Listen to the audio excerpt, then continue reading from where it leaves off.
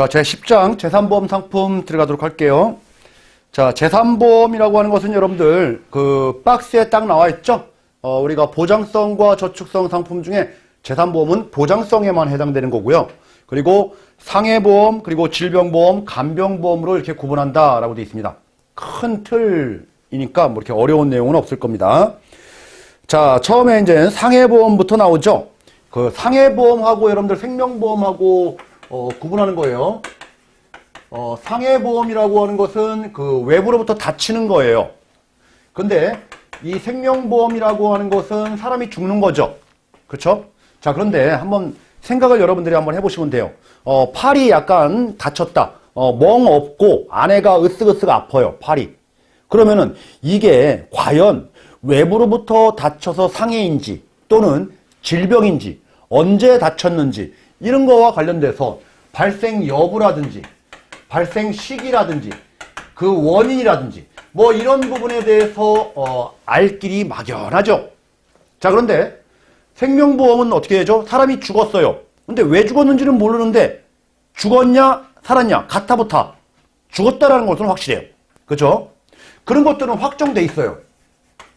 자, 그러다 보니까 이 상해보험과 관련돼서는 서로 간에 보험회사에서 너는 상해가 아니야. 근데 보험 계약자는 이거 상해 맞아요. 이렇게 다툼의 소지가 많다라는 겁니다. 상해보험이. 그래서 그런 말들이 나옵니다. 자, 세 번째 줄에 일반적으로 생명보험은 피보험자의 생사가 보험사고이므로 보험사고 발생 여부에 대해서 계약자와 보험회사 간에 다툼이 생길 여지가 크지 않으므로 여부, 죽었냐 살았냐 이거는 확정된다. 다툼이 별로 없다라는 거예요. 자, 이거에 비해서 상해보험은 외부로부터 돌발적인 사고로 인해서 상해만이 보험사고로 간주되므로 상해 인정 여부가 중요한 쟁점이 된다라는 거죠. 다툼의 소지가 많다. 자, 그리고 다음 4번 생명보험과 상해보험 우리 1번 보니까 보험사고와 관련돼서 여러분들 자, 상해보험은 쭉 첫 번째 줄 끝에 보니까 사고 발생 여부라든지 언제, 시기라든지 원인, 어느 정도인지 다 불확정적이에요. 주장하기 나름이란 얘기죠. 이거에 비해서 생명보험은 자, 사람 그 자체, 사망 그 자체가 확정되어 있지만 언제 죽었는지가 이제 불확정인 영역인 거죠. 그렇죠? 숨이 넘어간 시간 몇 년, 몇 월, 며칠, 몇 시, 몇 초 이거는 잘 모를 수도 있지만은 그죠? 죽은 거는 확실하다라는 거예요. 자, 그래서 다툼의 여지가 그렇게 크지는 않다. 자, 보험급여라는 거죠. 우리 상해보험과 관련돼서는 여러분들 정액보상도 되고 우리가 실손보상도 다 되죠. 이거에 비해서 생명보험은 정액보상만 되는 거죠. 자, 우리 상해 요건을 보도록 하겠습니다. 상해 요건. 자, 처음에 여러분들 급격성이라는 말이 나와요. 급격성. 급격성. 자, 두 번째 요건은 여러분들 우연성이라는 말이 나오고요. 우연성. 자, 세 번째 요건은 좀 외래성 이런 말이 나옵니다. 자, 상해가 성립을 하려면 급격해야 된다라는 거죠. 자, 피할 수 없을 정도로 급격해야 된다라는 거예요. 만약에 신체가 허약하다. 이거는 여러분들 신체가 허약하는 증상은 급격히 나타나는 게 아니죠. 서서히 나타나는 거예요. 자, 예를 들어서 뭐 우리 간판이 흔들리고 있는데 그 밑에서 달랑달랑한 간판 밑에서 계속 서 있다. 그러면은 급격히 이게 내가 다치는 건가요? 그건 아니죠. 이런 것들은 보상하지 않는다는 얘기죠. 그래서 급격성이 있어야 된다. 그리고 우연성이라고 하는 것은 여러분들 원인과 또는 결과의 발생이 예견되지 않은 상태, 불확정적인 상태에서 터지는 게 바로 우연성인 거죠. 예를 들어서 옆에서 자꾸 친구한테 자꾸 시비를 걸어요. 계속 찝쩍대죠. 그래서 친구가 한 대 주먹으로 얻어 쳤어요. 그래서 다친 거죠. 싸움이 일어납니다. 자, 이거는 여러분들 원인과 결과가 벌써부터 예견돼 있는 겁니다. 이런 식으로. 자, 이런 싸움이라든지 이런 부분에 대해서는 보상하지 않는다라는 거죠. 그리고 외래성은 뭐라고 되어 있습니까? 원인과 결과에 이르는 과정이 외부적이어야 돼요. 자, 외래성이라는 것은 자, 원인도 외부, 그리고 결과도 외부.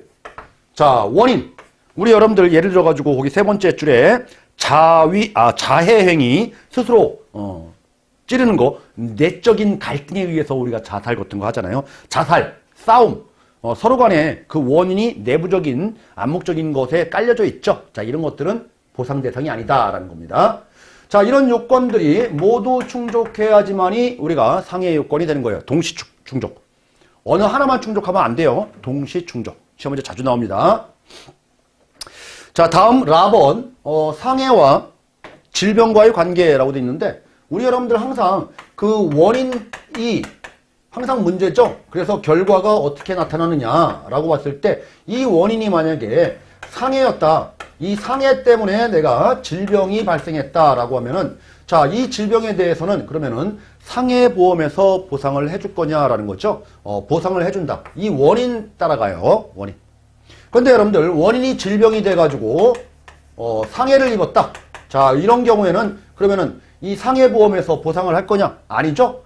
질병보험에서 보상을 하는 거지 우리 상해보험에서 보상을 하는 게 아니다라는 거. 항상 애초에 단추가 어디부터 시작했느냐라는 것을 기준으로 보상이 이루어진다라는 게 바로 그 인과관계와 관련된 부분들을 설명을 하는 겁니다. 그래서 시험 문제가 자주 나오는 게 다음 중 상해보험에서 보장하는 손해가 아닌 것은 정답이 여러분들 질병이 원인이 돼서 발생한 상해, 이런 것들은 상해보험에서 보상하지 않는다. 자, 마번 상해보험의 종류라고 되어 있는데 여러분들 그 상해의 개념이라고 나와 있죠. 자, 부상보다는 넓은 의미예요. 부상. 특히 뭐 상처 자국이 반드시 남을 필요도 없어요. 부상보다 넓은 의미가 바로 상해인 거고. 자, 주요 보장 내용을 보니까 재사망보험금, 재장애급여금, 그리고 재수술급여금, 재입원급여금, 뭐 이런 말들이 막 나옵니다. 뭐예요? 다 재해, 막 이런 말들이 나오죠. 그리고 입원하게 되면은 재해를 원인으로 해서 입원하게 되면은 재해 때문에 우리 수술하게 되면은 재해로 인해서 사망하게 되면은 막 이런 말들이 나오죠. 이런 것들이 바로 상해보험에서 보장되는 보험금들이다라는 거예요.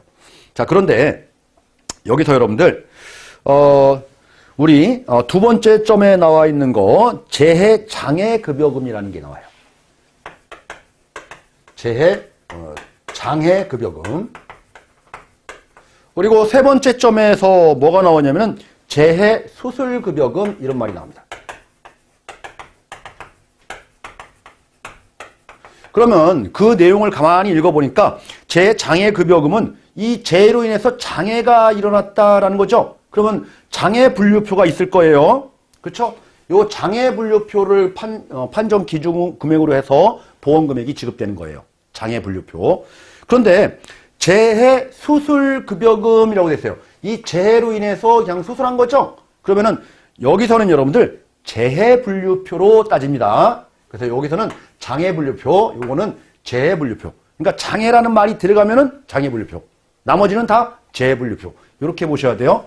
자, 이게 장애라는 말이 들어갔는데도 불구하고 재해분류표를 기준으로 한다면 틀려요. 그래서 이런 부분들이 아주 미세하게 시험 문제 출제를 보인 적이 있기 때문에 지금 부연해서 설명을 드리는 겁니다. 자, 3번으로 가죠. 상해보험의 일반적인 가입 조건 해가지고 이 상해보험이라고 하는 것은 여러분들 통상적으로 이제 1년 이상이에요. 1년 이상. 그리고 이 상해와 관련돼서는 외부로부터 다치는 거기 때문에 내적 요인은 거의 없어요. 외적 요인인 거지. 그래서 외적 요인의 가장 큰 문제는 우리가 직업이에요. 직업. 그래서 직업이 안전한 직업부터 아주 고위험 직업까지 직업군이 여러 부류로 나누잖아요. 그래서 상해의 일반적인 가입 조건은 연령이 아니고요. 연령이 아닙니다. 그래서 직업별로 따집니다. 그래서 직종별 위험 등급 체계를 나눈다라고 돼 있죠. 그래서 직종별 위험 등급 체계와 관련해서는 우리나라는 여러분들 그러니까 위험도에 따라서 직업을 우리가 5등급 체계로 나눠요. 5등급 체계. 안전한 등급부터 해서 아주 고위험 등급까지. 그죠? 그래서 직업별로 안전한 사무직 같은 경우에는 상해보험료가 10,000원이라고 하면은 위험한 직업은 뭐 100,000원 이렇게 됩니다. 똑같은 보장이라고 해도. 그러니까 직종별 위험 등급 체계에 따른다. 따라서 고연령자도 가입할 수 있다라는 거예요. 자, 그리고 1년 이상이고. 자, 먼저 이제 비교를 한번 해보죠, 여러분들. 이거. 우리가 질병보험하고 한번 비교 한번 해볼까요? 자, 질병보험 관련돼서는 여러분들 직종별로 따질까요? 연령별로 따질까요? 그렇죠. 연령별로 따지겠죠. 고연령자 가입할 수 있을까요? 가입이 제한되겠죠. 그래서 연령이 증가하면 증가할수록 보험료가 높아지는 겁니다. 자, 그런데 얘네들은요, 직업별로 차이가 있는 거예요. 연령하고 차이가 있는 게 아니고. 자, 다음으로 직업이 뭐 1번 직업군, 2번 직업군, 3번, 4번, 5번 직업, 이게 군들이 있겠죠? 그래서 이게 직업군별로 보험료가 책정이 된다라고 해서 보험료는 군단율로 보험료가 책정된다. 이렇게 얘기하고요. 자, 일본 군에 대해서는 나이에 상관없이 모두 보험료가 똑같겠죠. 그래서 단일률이다. 이렇게 단일률로 보험료가 책정된다. 이런 식으로 얘기하는 거예요. 이게 바로 직종별 위험 등급 체계다. 그리고 질병보험 같은 경우는 통상적으로 여러분들 15세 이상부터 가입이 됩니다. 어린이는 가입이 안 돼요. 근데 상해보험은 되죠. 15세 미만자 사망 설계도 가능합니다. 자, 4번 보겠습니다. 상해보험의 상품 설계라고 해서 세 번째 줄에 여러분들 단일률, 군단율 이렇게 보험료가 고정되어 있다. 여러분들 혹시 홈쇼핑 보험 광고 보시게 되면 운전자 보험 이런 광고도 많이 하는데 운전자 보험 광고에서 뭐 연령에 제한 없이 단돈 10,000원에 보장받습니다. 뭐 이런 얘기 하죠. 그래 뭐 직업별로 좀 차이가 있을 뿐인 거지 이렇게 단일률이 적용된다라는 거예요. 자, 우리 4번 가겠습니다. 상해보험 가입자의 직업 직무 변경 시에 알릴 의무 관련된 유의사항이라고 되어 있습니다. 만약에 내가 사무직으로 일을 하다가 상해보험 가입했는데 내가 농사를 짓겠다라고 해서 농부, 귀농을 했어요. 생산직으로 바뀐 거죠. 자, 그러면은 외부로부터 다칠 확률은 여러분들 우리 논반일 하면은 낫, 호미, 그죠? 괭이, 막 이런 도구들을 많이 쓰다 보니까 다칠 확률들도 높고 혹시 뭐 뱀에 물릴 확률도 상당히 많고 여러 가지 상해 등급이 높아지죠. 그러면은 이런 직업이 변경되면은 보험회사에 알려야 돼요. 이게 바로 직업 변경 통지 의무입니다. 이 통지는 여러분들 설계사한테 알리는 게 아니고 보험회사한테 알려야지만이 효력이 있어요. 설계사한테 알려봤자 아무 효력 없습니다. 자, 이렇게 알리면은 보험회사 입장에서는 심사해서 보험료를 좀 더 올리든지 아니면은 보험금을 낮추든지 뭔가 제한을 하겠죠. 자, 이런 의무가 있음에도 불구하고 이런 의무를 해태했어요. 알리지 않았다는 얘기죠. 알리지 않아가지고 농사 짓다가 뭐 뱀에 물렸습니다. 그래서 너 농사 짓다가 뱀에 물린 거 아니냐? 그죠? 그러면은 우리가 보험금을 지급을 제한할 수도 있다는 얘기죠. 그리고 많이 안 줘요. 이해하시죠? 자, 그런데 농사 짓다가 다친 게 아니고 여러분들 계단에서 내려가다가 다쳤어요. 그러면 사무직도 계단 쓰고, 그죠? 농부도 계단을 이용하고 똑같은 거죠. 그래서 직업하고 무관한 데에서 상해가 일어난 경우에는 보상을 다 해줍니다. 이런 거는. 자, 인과관계가 있는 데서 발생한 경우에 대해서 보험금 지급을 제한할 수 있다는 거예요.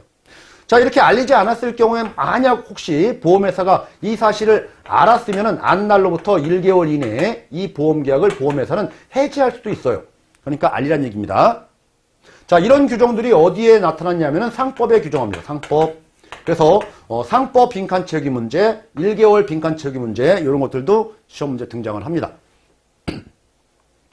자, 시험 문제가 여러분들 자, 직업 변경 사실을 회사한테 알리지 아니했을 경우에는 보험회사는 언제든지 해지할 수 있다. 그럼 틀려요?